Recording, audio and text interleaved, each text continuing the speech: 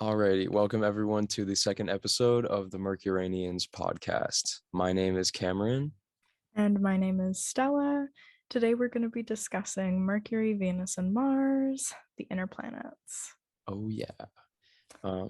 This is a really exciting episode. I'm just really intrigued to get into talking about these three as like a trio, how they kind of work together, in our own psyche and our chart, but also we're going to get all deep into their symbolism in their mythologies, into the archetypes, and kind of how they're reflecting into all different kinds of streams of consciousness.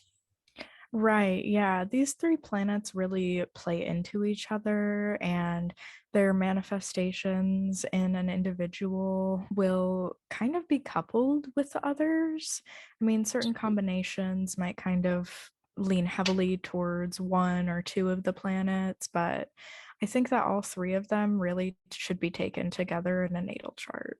Absolutely. I think just the first thing to mention about these planets at all is sort of their nature as a trio. Their archetypes work hand in hand because Mars represents this active, in the Taoist philosophy, it'd be like the yang force or the masculine force. And then Venus is the opposite archetype, who is the feminine, the receptive force. It is the yin force. And then Mercury plays this super interesting, vacillating role between them both, where he's sort of gender neutral and completely neutral as an archetype, and moves back and forth between both of Venus's yin qualities and Mars's active and yang expressions.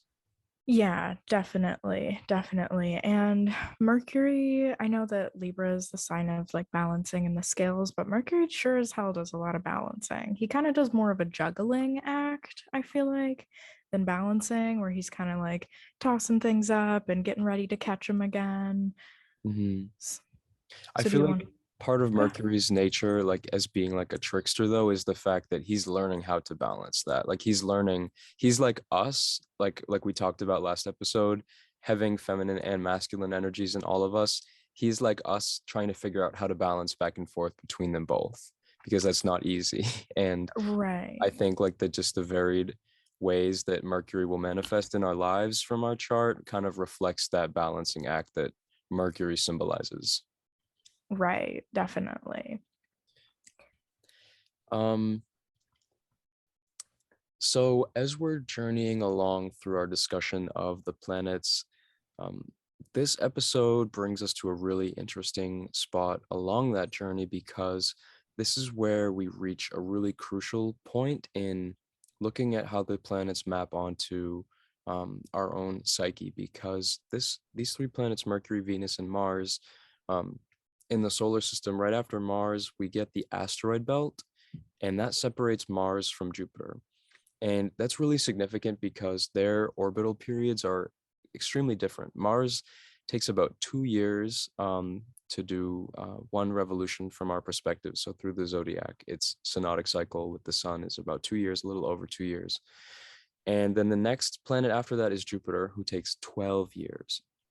So the reason this is so significant is because, and the reason they're called the inner planets is because these three planets, in addition to the sun and moon, are really dynamic. So they'll move pretty quickly over the course of a few months. While on the other hand, Jupiter is only in one sign for a whole year, because there's 12 signs and it takes 12 years. So pretty much, if you think about when you're in school, you're going to share your Jupiter and especially your Saturn sign with all of your other peers. Like your whole grade will pretty much have one or two Jupiterian jovial influences in their charts. But your inner planets are going to be all different. Mars, everyone will have different Marses, everyone will have different Moon, Mercury, Venus. So these are really the layer that adds the most dynamic and individual interpretation into the chart. And the moon moving the quickest is the most individual. Right. When it comes to interpreting the planet in the sign, not how the planet interacts with the other planets, because those aspects that are cast from even the social planets can be very specific. But aspects between two social planets are going to be shared by a lot of people. Tons and tons and tons of people around our age have Saturn opposed Pluto and Jupiter opposed Neptune. And what? Oh, right. Yeah, I was just gonna say those even more outer planets are even slower. So those are Right. more than just a year. Those are like generational. Those fall into many, many years of people's charts because they just move that slow. Right, right. But the nuances Mm, of those placements and how those social planets and outer planets interact with your inner planets, mhm. that will tell you a lot about the Right. nature. Right. And that's really the gateway into looking at someone's chart and understanding how their personal mission ties into the collective or generational mission. So you look at someone's outer planets and you look at the outer planets aspect to their inner planets to see in what ways is the native participating or kind of feeding into the generational wave or the impulse of the collective mission. How in what ways are they individually contributing to that goal? And that's really the aspects of the inner planets and what those have to say. Yeah, definitely. All right, well, let's jump right in. Yeah.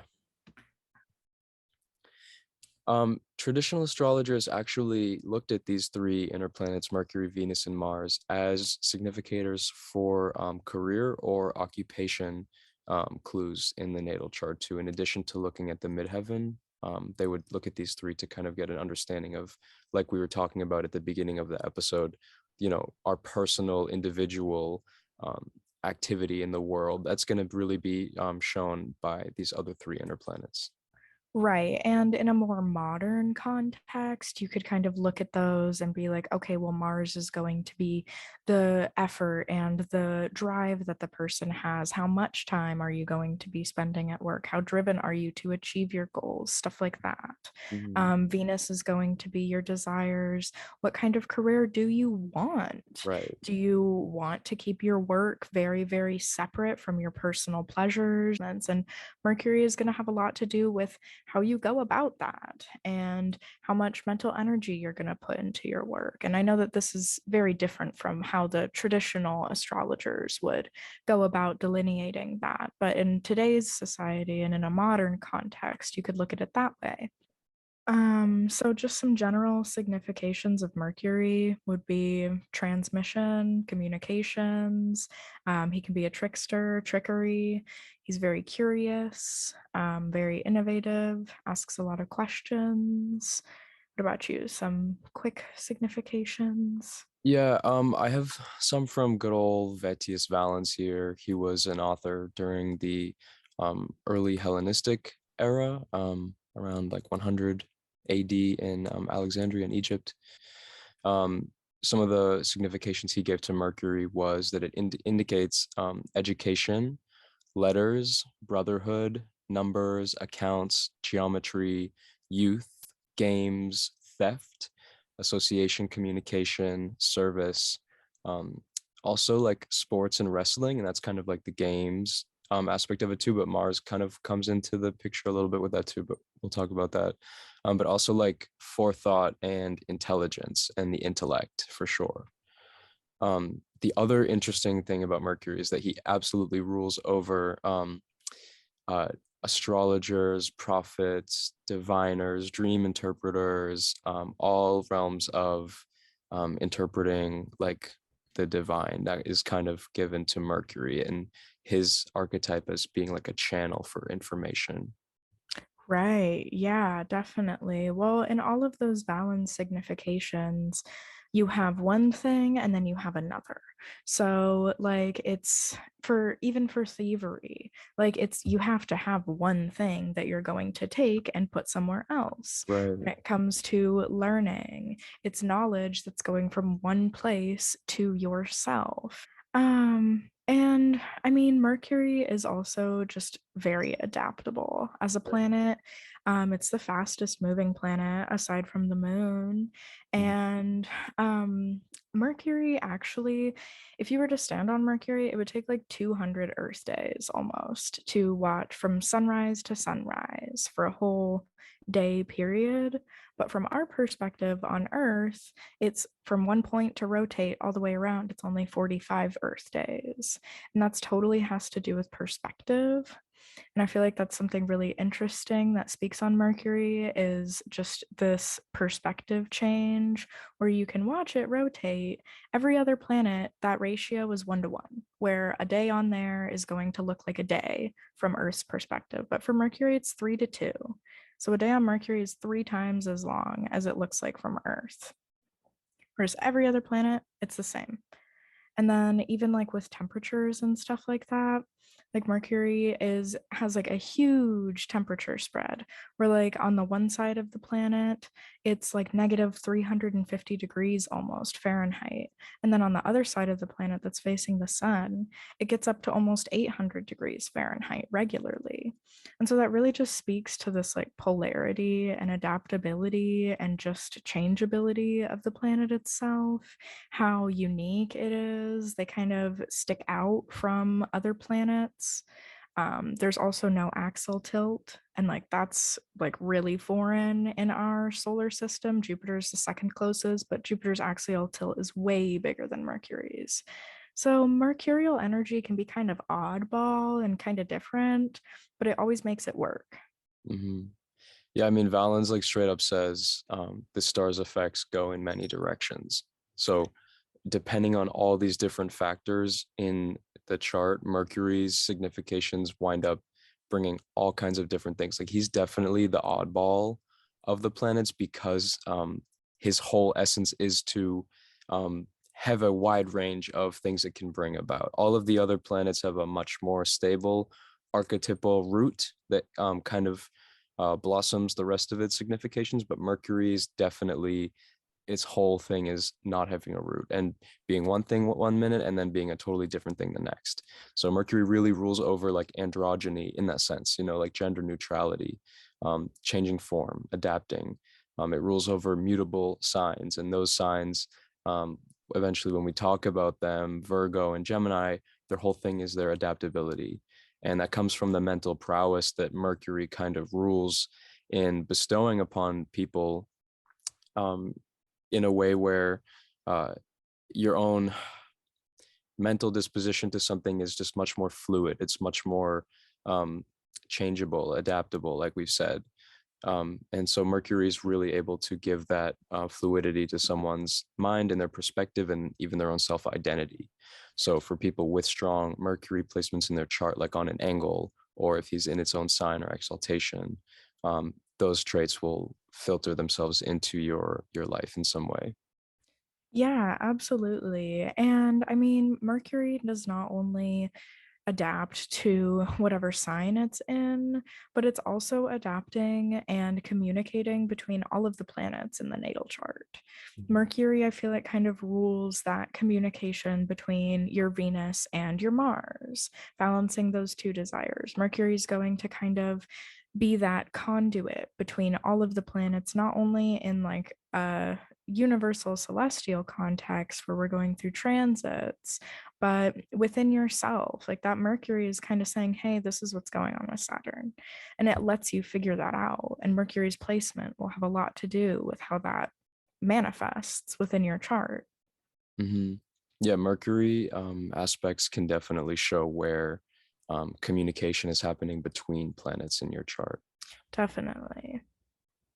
Um, Another thing I wanted to mention, kind of connecting to what you were talking about with the temperatures and sort of like the phenomena that we can measure with the planets, looking at their brightness in the sky. That was one of the oldest ways that astrologers, um, just starting from scratch, took any note about the differences in assessing what kind of energies we would associate with the planets. So um, Venus is actually the brightest, but obviously, okay, so besides the luminaries, besides the sun and the moon, those two are the brightest of the traditional seven planets. Right. The next brightest is Venus. And Jupiter gets a lot of hype because his formal name is like the greater benefic and Venus is the lesser benefic planet, because they are the two brighter of the other five planets. But Venus is brighter than Jupiter. So I think that definitely has something to say about just her power and the fact that she was given that level of brightness for us to perceive from Earth, and kind of reminding us of the feminine power and the feminine energy that is kind of powering the entire planet, because Venus represents fertility and birth and the giving of life and the the pregnancy and childbirth. All of those significations come from the Venusian impulse to create. So not just like artistic creation, which she does rule over as well, but literal creation of life. So Venus was also called a warm planet and a wet planet, or like a somewhat humidifying planet. And so that environment, that warmness and the wetness is like incubating a space for life to grow. So Mars, on the other hand, he was very dim and he also is a little bit red. And, when we observe him in the sky at night. But in addition, Mars was a hot planet like Venus, but he was dry. So the difference here between Venus being hot and wet and that creating a space for life to thrive versus Mars being hot and dry like a desert, which is not conducive to fertile ground for trees and forests like a rainforest. Rainforests have that hot, humid, wet environment, and that's why they're so thriving with all kinds of plants and animals. But like when you look at a desert, it's empty. And that's kind of that difference between Venus and Mars. Right. And like Venus might be like a crock pot where like it's all contained and it's going to slowly cook until it's ready to eat. Whereas like Mars might be like a grill outside, or maybe the oven or an open flame that you're cooking over, where Mm. it's just like that moisture is going to leave. Like, I mean, some people can cook really well and keep that stuff contained, but you get what I'm saying, where it's just the difference between that like slow and gradual calculated cooking versus like I'm throwing it on the flame and I need to watch it so that it doesn't turn black. Yeah. Yeah. Do you want to And talk about some of Venus's significations, or were you about to say something else? I was going to say, I think that this is kind of a good segue into Venus. We're Oh, probably going to circle back into Mercury a little bit, but yeah, no. that's going to just like highlight the fact that the relationships between these planets are interwoven. Mhm. Um, yeah, I mean, I I said in episode 1 that the moon is the soul sewn within the body, and I think that Venus is the thread that sews the moon within the body, the soul. So Venus is going to be like how you bring your desires to fruition. Maybe not how, but like what? Like what you want to create, like where you want to take that energy. Like what do I want to give birth to in a literal or metaphorical sense? Yeah, I mean, Venus is everything that is pleasant, that gives pleasure or gives enjoyment or happiness. So some of what Valen says, Venus is desire and love. That's the first thing that he writes. It indicates the mother and nurture. Um, he also writes about how it makes high offices and the right to wear a golden ring or a crown. And I think that's an interesting signification too, that it can have some symbolism with like rank in society, and that also tying into the sun significations, which are similar in that way. But it also indicates like friendship and companionship, um, and also the acquisition of property, which is interesting because when we look at Mars, Mars is the loss or theft of property. So Mercury is like the act of stealing, but like the event of losing your property, that's like a Martian thing. Whereas like going and buying something, like that's very Venusian, to go shopping or go have like a nice meal.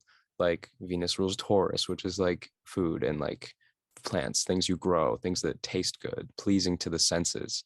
In a lot of ways, I think Venus is the senses. So everything that makes the sensual experience of like being in a human body pleasurable, that's Venus. So good music, tasting good food, good aromatic smells and incense and perfumes. Those are all kinds of Venusian themes. Absolutely. And I mean, Venus is just beautiful, just beauty in and of itself. Her synodic cycle makes the quintile star.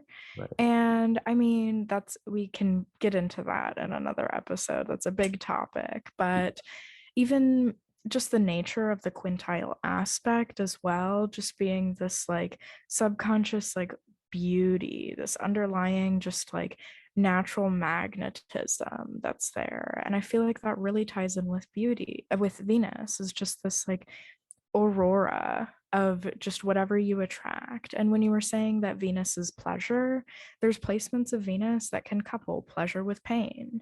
And that can be like in a healthier way, maybe in a more controlled way, or it might be like in a self sabotaging, like self depreciating way. Mhm. And so, like, Venus's sign placement will have a lot to do with like her method of expression, like that, as well as like houses and aspects and stuff like that. But she can be eloquent and assertive. I didn't you have something to say about Aphrodite versus Athena with the Yeah. morning star? Yeah. So basically, like Stella just mentioned with the synodic cycle, all of the planets have different phases. So just like the moon has different phases as it makes different aspects with the sun, there's a new moon when we don't see it and a full moon when it's full in the sky. All of the planets make their own phasal relationships with the sun, just like the moon. And so when the moon is waxing or growing in light, for instance, that's its like active masculine phase. And then after it reaches the full moon and begins to wane and get smaller, that's its passive feminine, yin phase of its journey. So everything, like we said last episode, everything has these two polarities within it. So even though each of the planets themselves, some of them are feminine, some of them are masculine, every planet has a dipole expression within itself. So the way that astrologers measured that, um, and it can get really complex when we start talking about sect and all of the different like nuanced conditions that come along with that. Which But we will eventually. yes, we'll eventually get there. We're gonna just take it slow. But the first criteria that they would look at though is the solar phase. So basically, when we take it back to this context of just astronomical observation out in the sky, what they would do to see whether a planet was acting in a more masculine or more feminine expression is looking at, in the morning time, is a planet rising over the horizon before the sun? So is it acting in like a more masculine expression like that coming up before the sun? Or, after that planet rises, then the sun will rise and it will be daytime. The sun will come up, the sun will set, and then after the sun sets and we see the stars again, is it going to set after the sun? So is it leading ahead of the sun? Like, is it leading the team, like leading the parade of planets coming across the sky? Or is it at the tail end of the party, kind of after the sun is set, after the stars go by? Is it behind the sun and like leading at the end of the group? So those are the two phases. So when we see it in the morning, that's called its morning star phase, or it's Promethean. And then when it's an evening star, that's when we see it setting after the sun sets at night, and that's epimethean. So basically, when a planet is a morning star, it expresses itself in a more masculine way, and then when it's an evening star, it expresses itself in a more feminine way. So, like I said, all of the planets have those two expressions, and this also weaves itself into the mythologies of all of the cultures that took track of these celestial phenomena. So basically, Venus has two expressions, Mars has two expressions. For Venus, her phase as a morning star rising in the east in the morning before the sun would come up, which she's doing right now. She's in her morning star phase right now. That's when she acts as Aphrodite. So if you know about the mythology of Aphrodite, I'm so sorry, I have that swapped. She's acting as Athena right now. Morning star phase Venus is Athena. So Athena was the goddess, a warrior goddess, right? She was all about strategic warfare. And Athena also, however, was beautiful. right.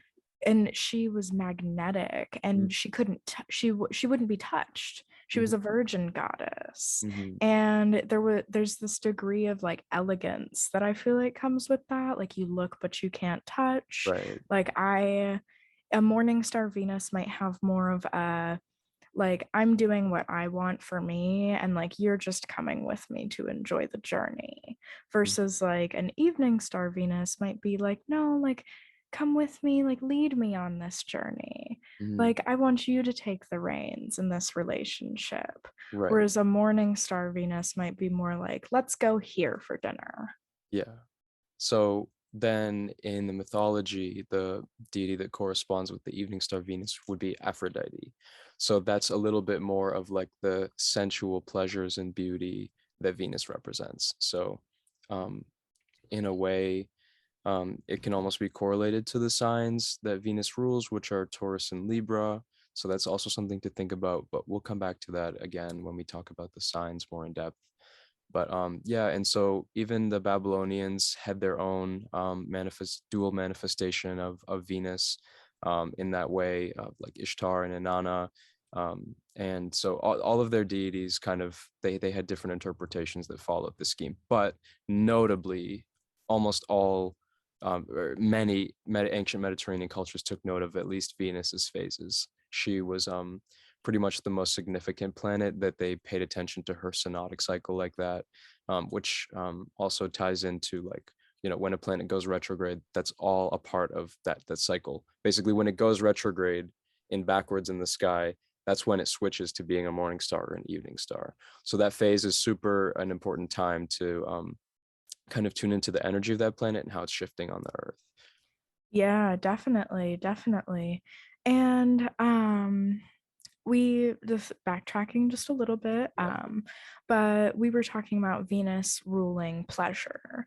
And I did just want to make the distinction between pleasure and gratification. Gratification is very Martian in my eyes. And this kind of ties in, ooh, sorry. This kind of ties in with what I was saying about the stove versus the crock pot. Like pleasure comes with patience and it's you can get pleasure from something that's quick and hasty, Mhm. but that's usually more of a gratifying energy where it's like, oh yeah, like I'm gonna pick up McDonald's on my way home because I'm hungry and I don't want to cook. Whereas like, and it'll do great, it's convenient, it's nice to not have to cook. But imagine putting effort into a lasagna that takes hours and hours to make, and then eating that lasagna, and it's so good. And so, like, that's kind of the difference between the pleasures we get from Mars and like the pleasure we get from Venus. Mhm. Venus is very rich, Venus is honey and molasses. And I love her. She's so beautiful. She's such a queen. Yeah. Um, Do you want to kind of bridge into yeah, Mars? sure. Okay. The funniest part, I think, just well, maybe not the funniest, but I like wrote stuff down, just like some quick notes for Venus and Mercury. And then when it came to Mars, I was like, I got it. Like, I know Mars pretty well. Like, I feel like I can speak comfortably about Mars. And I think that that speaks like really strongly onto the archetype of the planet. Like, no, it's okay. I don't need to prepare. Like, I know my abilities. I'm just going to do it. I'm Yeah, just going to wing it. do it. Yeah. And Mars is very much doing. I'm going to do. I'm going Mhm. to go. Right. Did Um, you want to read that little Valens? yeah, Um, sure. So I have a couple of words bolded from his passage here. Um, Mars indicates force, wars, screams, violence, the loss of property, banishment, exile, alienation from parents too, which I thought was interesting. Um, and then also he gets into some topics that I think are interesting to like make a distinction between Venus and Mars about where Venus kind of rules over, like we were saying, fertility, pregnancy, childbirth, even marriage and partnership, you know, in a harmonious sense. Mars is kind of the antithesis of all that. So with Mars, we see like divorce or affairs or like the death of a spouse or the death of a child or even abortions, all those kind of or complications with health in pregnancies or in childbirth. all of those kind of antithetical themes of Venus's harmony and pleasantness, Mars kind of um, rears its head with those other facets that come along with that, because it's not always nice and easy in Venus, right? Right. Venus is us and we, and Mars is no, I said me. Mhm. Like, yeah. And like, I feel like that's really stark with the example of like Venus ruling pregnancy and fertility versus Mars ruling abortion. And like, abortion isn't like, no, like, it's no harm against the baby. It's just like, I'm putting myself and my future before the responsibilities of another person. And that's a very Martian thing, is just saying no, like me first. Yeah, I see it in that context of like the self, but in a way, I mean, it is like a death too. Like it is, Mars has a natural signification for death. And I think in a way Right. it's the prevention of life. Like, so obviously this is a whole debate, which Right. is We're not not the gonna, topic for right now, but yeah. it has a signification that ties into, I think, both aspects of that topic. Right, right. I agree. And I mean, I'm not denying that Mars can be associated with death and loss and Right. stuff like that. But I think that sometimes people also forget the good things that Mars can do for them, similarly to Saturn. Where, like, yes, Mars can be a cleaver, Mars can sever, Mars can set something on fire and evaporate its meaning. Mhm. But at the same time, Venus has these desires, and Mars is the one who's going to push you to fulfill your desires. Mhm. Like, if you have a long term goal, Mars is the one who's going to be able to keep you pushing towards that. Mhm. Mars can stick it out in the long run. Mars is going to be your drive, it's your assertion. And sometimes that assertion is too much. There's people who are way too assertive, they're authoritative and condescending. That might be a little bit of an untamed Mars. Right. Yeah, I mean, I think we didn't say it explicitly yet, but Mars is a malefic planet. So Venus is, like we said, the lesser benefic, and Jupiter is the greater benefic. On the other hand of that, we have Mars and Saturn, who are the malefic planets, and Saturn is the greater malefic, and Mars is the lesser malefic. And another side note that that's not completely true. That specific condition changes whether you were born at day or at night. And that opens up the discussion of sect, which we will be getting to in a future episode very soon. Yes, very soon. But yeah, just wanted to Um, make that distinction about them, being malefic planets. So the yeah, malefics can be tricky because we want to like ignore that, or like not honor that, or not or just like shove it away. But like we said last episode, whenever we're doing that or rejecting that, Mars is in us, Mars is in our charts, Mars is in the negative ways that we go about expressing ourselves, or the negative traits and things that we do um in the world. We have to be conscious of that, and that's what astrology is so great for, right? Seeing and illuminating those negative parts of ourselves that we all have in our charts. And the malefic planets Mars and Saturn can be gateways to exploring in which ways those negative themes might be, manifesting in our lives externally, but also they can give clues into ways that we might be acting as our own worst enemies in some cases. right, absolutely. Saturn Saturn kind of sets the boundaries, Mhm. and Mars is either going to uphold them. He's going to be the one to put the line in the sand for other people and say, no, you can't cross this. This is my boundary. Or Mhm. Mars is going to be the one who breaks those boundaries. If you set a boundary for yourself, I need to take this weekend and I need to detox from social media, and then you don't because you're bored and understimulated and aren't feeling like taking the time to read a book or watch a movie, and you just re-download social media and you're scrolling for hours, that's Mars violating that boundary that you set for yourself. So, I also feel like that's Venus in a way, though, because I think Mars representing like our willpower and like our energy to like fulfill our goals and get things done. When Mars is not well positioned in our chart, sometimes we struggle to follow through with our goals because it's easier to go with Venus, which is what's comfortable, what we know how to do, what we're good at doing. So that's, scrolling on social media all day because it's pleasurable for our mind to just not be present and be, sucked into our screens. But it's going to take some Mars, it's going to take some willpower to kind of rid ourselves of those negative things. So yes, Mars is itself like a negative presence in some ways, but it's also the force that we need to conquer, and to get up every day to better ourselves. Right, right. I agree with that. I mean, as we've said a few times now, like all of these planets like really work hand in hand with each other. Mhm. Like Venus is going to be the pleasure, but I feel like Mars is going to be a little bit more when it comes to convenience. Like Venus is going to be comfortable, kind of regressing back to what's comfortable, and Mars is going to push you out of your comfort zone. Absolutely. Mhm. But it's also that difference between gratification and pleasure. Mhm. Because if you say, I need to clean my room because it's going to make me feel so much better, things are going to be easier, and I'm going to be organized, that's a blend between Mars, Venus, and Mercury right there, right? Maybe the moon too factors into that a little bit. But if you say, no, you know what, I don't want to do that. I'd rather go hang out with my friends. It doesn't matter. I'll do my laundry later this week. And then you don't have any underwear.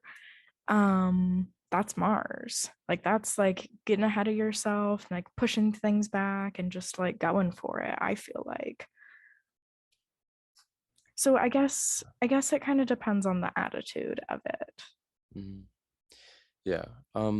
Well, I think also, we're getting into a good discussion about how these planets are manifesting, like in our psychology and in our innate drives as humans. Um, but I think this would also just be a good space to maybe mention really quickly the distinction between what traditional astrology looks at in looking at the chart versus modern astrology. So modern astrology is mainly been based on psychological interpretation, and has started assigning all of these planetary significations to aspects of our psyche. But for the historical tradition of astrology, that was only a minor, definitely not the main focus of looking at a chart. Pretty much in a traditional astrologer's eyes, the chart is a map and a road of I'm sorry, a roadmap towards looking at the events and things that are going to show up over the course of your life.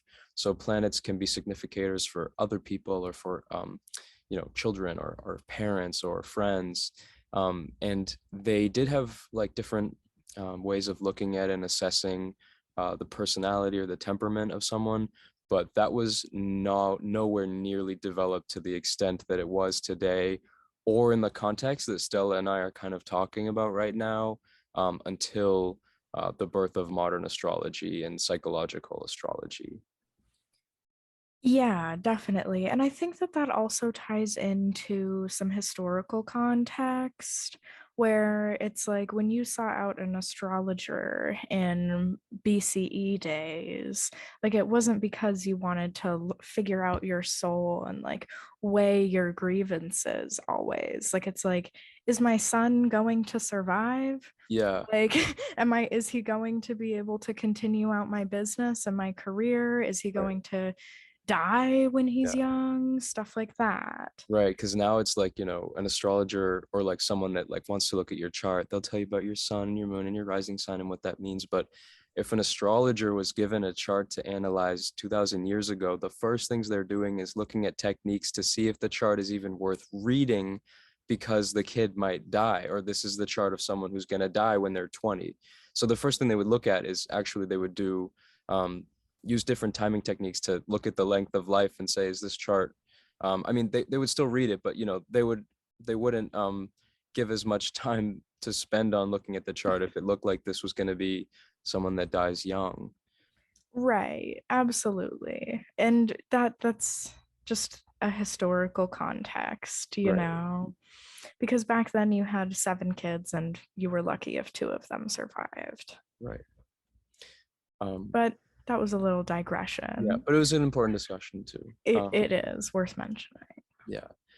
So one of the other things I wanted to talk about was the glyphs that we've assigned to the planets.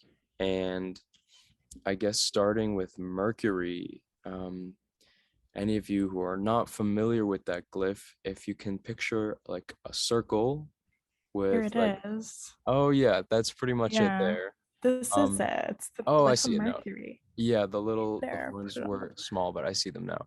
Yeah, so it's pretty much like a circle with a cross beneath it and 2 little horns at the top.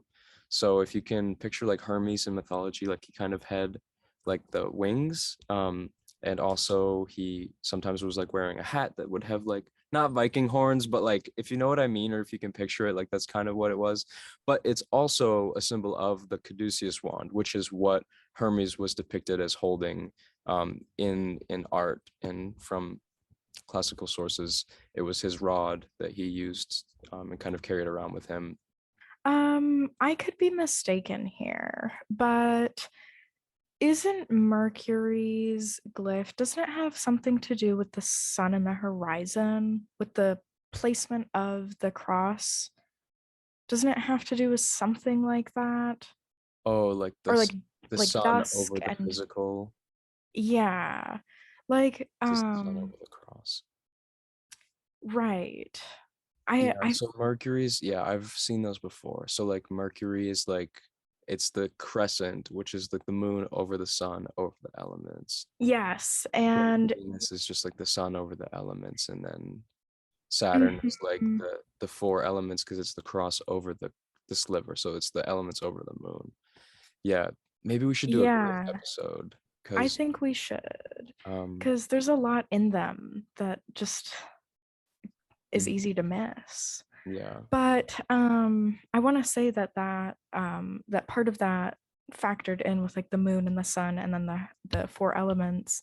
That's partially to do with dusk or dawn, like that kind of middle period where Mhm, you can see outside, but you can't see the sun. And that just also plays into Mercury's mutability and adaptability. no, for sure. Mercury rules over dusk and dawn, and that liminal space in between day and night.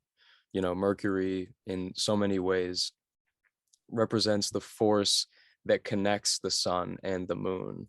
You know, it's the first planet after the sun, so it's the planet that relays all of the information that is coming from the sun, or like the solar logos, which is kind of the source of energy in our solar system, and Mercury is kind of transferring that out to the other ones.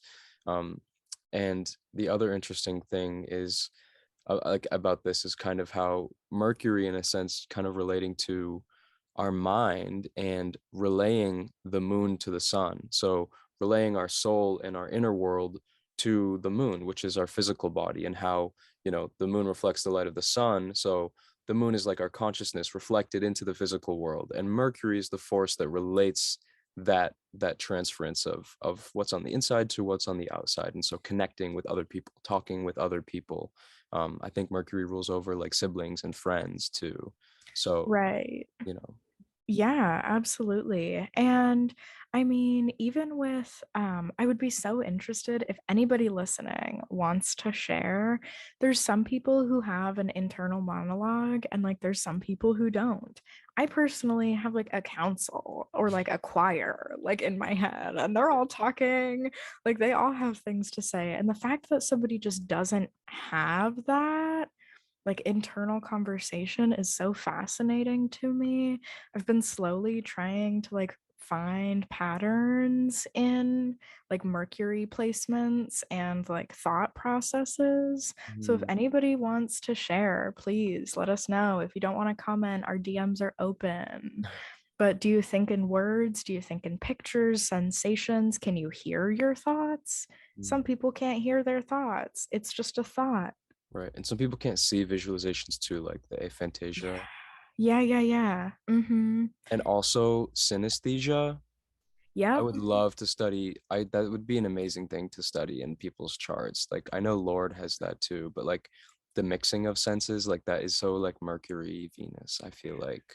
I wouldn't go as far as to say that like I have synesthesia, but like I've been there's things that I do that like fall kind of within that category, like mentally, and my Mercury is Venusian.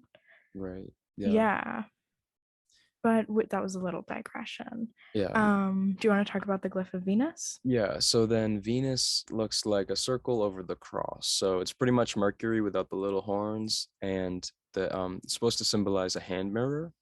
So I guess that idea of beauty, checking yourself out in the mirror. Right Um as I So something else about Venus's glyph too is that it became adopted into society as the like symbol for the female sex, mm, and that is like directly because of astrology, because Venus is so feminine. But then Mars is the symbol of men, the male sex, the male gender. That's that little circle with the arrow, the sword and shield. Did you want to talk about that a little bit more? yeah, so Mars being Or not sword? symbolized in mythology by the god Ares, who was the god of war. He was depicted in ancient art as holding the shield and spear. So those two symbols became sort of combined in one, like that circle with the arrow coming off of it to be the symbol for the planet Mars. Um, and some of those glyphs didn't develop until like the Middle Ages and into the Renaissance. But there were definitely traces of similar symbols that did come and stem all the way back through to the Hellenistic tradition and the coming back to Mars and also like his rulership over battle and war. Mars can definitely represent like athletic ability and physical strength in someone's chart. A lot of like famous athletes and Olympians and boxers have like a prominent or angular Mars or well-placed Mars in their chart.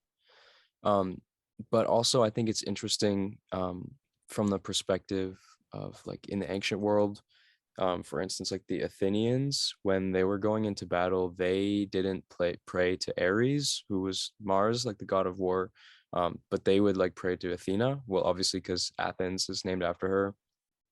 But then, like on the other side of that, there are the Spartans who like no, like they marched into battle like praying to Ares and like had a much more intense and aggressive way of like fighting for like brute strength, whereas the Athenians were more focused on the Athenian nature of like strategic warfare. Right, right. And Mars, I mean, we're not going to get super into it, but Mars and different signs too can kind of speak to that nature as well. Where, like, you might have a Mars who's more strategic somewhere versus a Mars who's more brash and impulsive. Mhm, And Mars, Venus tries to find the balance, and Mars is putting things out of balance. mhm, Mars can take something away and the other side of the scale will just drop, you mhm, know? And so like but Mars can also be the one who puts something there and says, no, like I'm going to pick this side of the scale up with my bare hands. mhm, It's there's this degree of force and just like power. And the Spartans are like Martians. Like Sparta, they would like do glass training with like kids were like throwing like glass at each other and stuff like that. And they started training these warriors. mhm, Spartans are just inherently Martian. mhm. That was what I was saying. Yeah. So yeah, I think we just have a few more things we want to say about each of the planets. Um, and one of the things I wanted to mention about the planets was the years of life that Ptolemy assigned to each of the planets. Um, so Ptolemy gave the system for looking at what planets might be ruling over particular years of life. And he said the moon, as the first planetary sphere above the earth, rules the first 4 years of life. Then after that, we get Mercury, who's the next quickest planet, and Mercury rules from the ages of 4 to 14.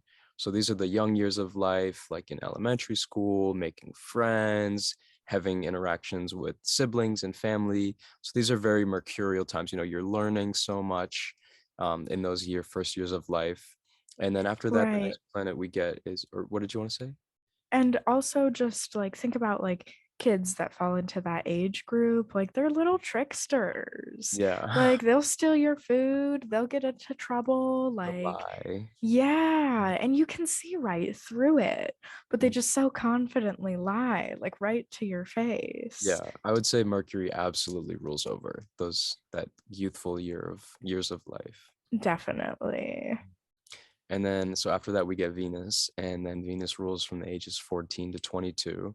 So these are kind of like, the teenage years, kind of, exploring more themes and friendships and starting to have, romantic relationships and, just having more social experiences, kind of starting to figure out in the world, what gives you pleasure, kind of searching for purpose in a way. I'd say nowadays, that stage has probably gotten pushed back to later, but I'd say back in the day, that probably was more of a focus around this time, figuring out, Right. Well, and I mean, I cater it to your life experience, you know. Some people grew up in a family where they've never had to work.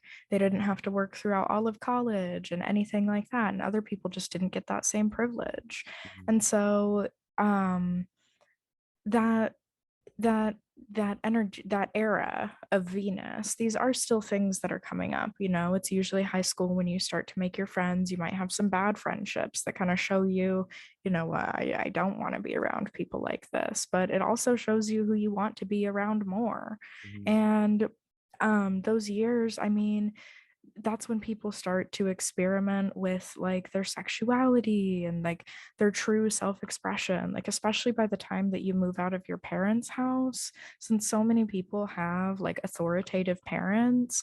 That Venusian era is just like learning to love yourself for yourself. mhm. Yeah. And then after 22, if we're going in order of the planetary spheres, next after Venus comes the Sun, who is the fourth of the seven. So he sits right in the middle with three below and three above. And the Sun rules from 22 to 40. And then that's kind of like, just the solar, active, mature adult, stepping into your biggest prime in life. Those are the solar years. And then after that, we get Mars, who is like mature adulthood. So that's ruling from ages 40 to 55. Right. And that's also the era of the like midlife crisis, you Mhm, know? I mean, some people say that the Saturn return is like a true like first midlife crisis, so to say.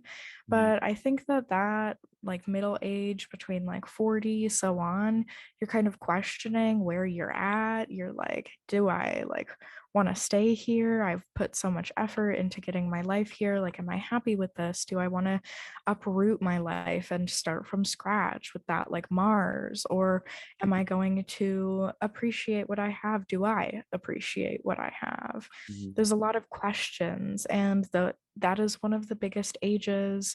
I'm actually working on a paper right now for alcoholism in one of my classes, and the early adolescence and early teen years, so like 19 to 22, which is interesting with those later Venusian years.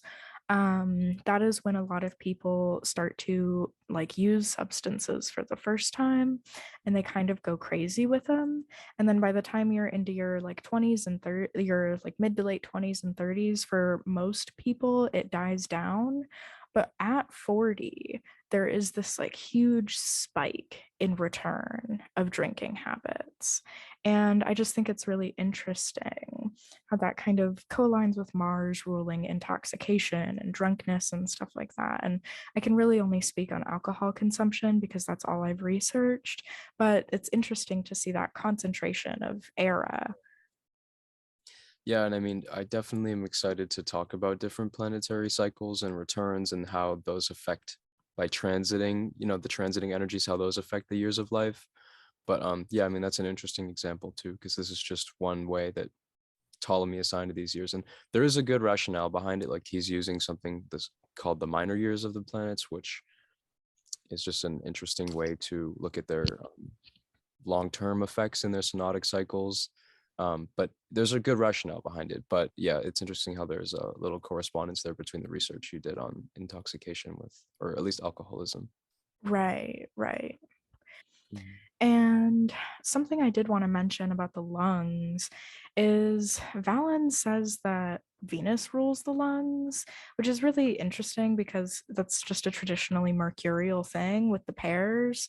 But I think that that speaks volumes into how the three planets interact, because think of the act of breathing.